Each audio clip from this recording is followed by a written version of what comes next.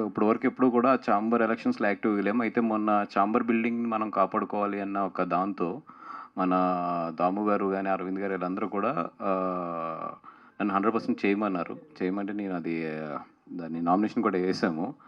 But later what I thought was అంటే ఇప్పుడు previous elections experiences గాని ఇయన్నీ చూసినప్పుడు నాకు అనిపించింది ఏంటంటే మోర్ దాన్ అంటే ఇప్పుడు మన మనసులో ఉన్నది లేదంటే మనకున్న ఎక్స్‌పీరియన్స్ ఇయన్నిట్లికన్నా కూడా ఈ ఎలక్షన్స్‌లో ఎక్కువ ఏంటంటే రాజకీయమే పనిచేస్తది.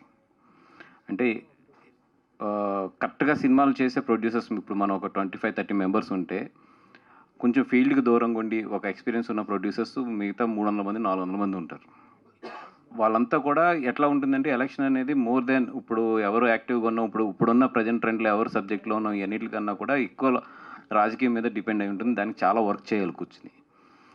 ఐ థాట్ లైక్ ఇప్పుడు అంత స్ట్రెయిన్ తీసుకోవాలని అనిపించింది నాకు. అది first thing. And second thing ఏంటంటే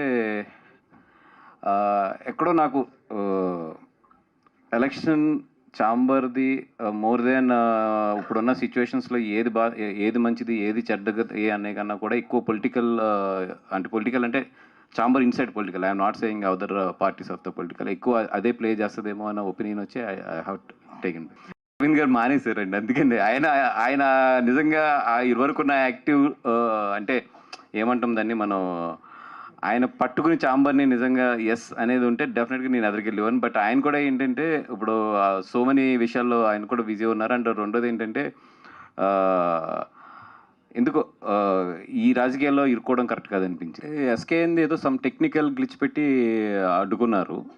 అంటే నేను యాక్చువల్‌గా విత్‌డ్రా అయినప్పుడు కూడా in my point of view ఏంటంటే ఓకే నేను బయటకొచ్చినా కూడా క్యాంపస్ నుంచి ఎస్‌కేఎన్ అండ్ ఉన్నారు ధీరజ్ అండ్ వంశీ ఉన్నారనుకున్నాను.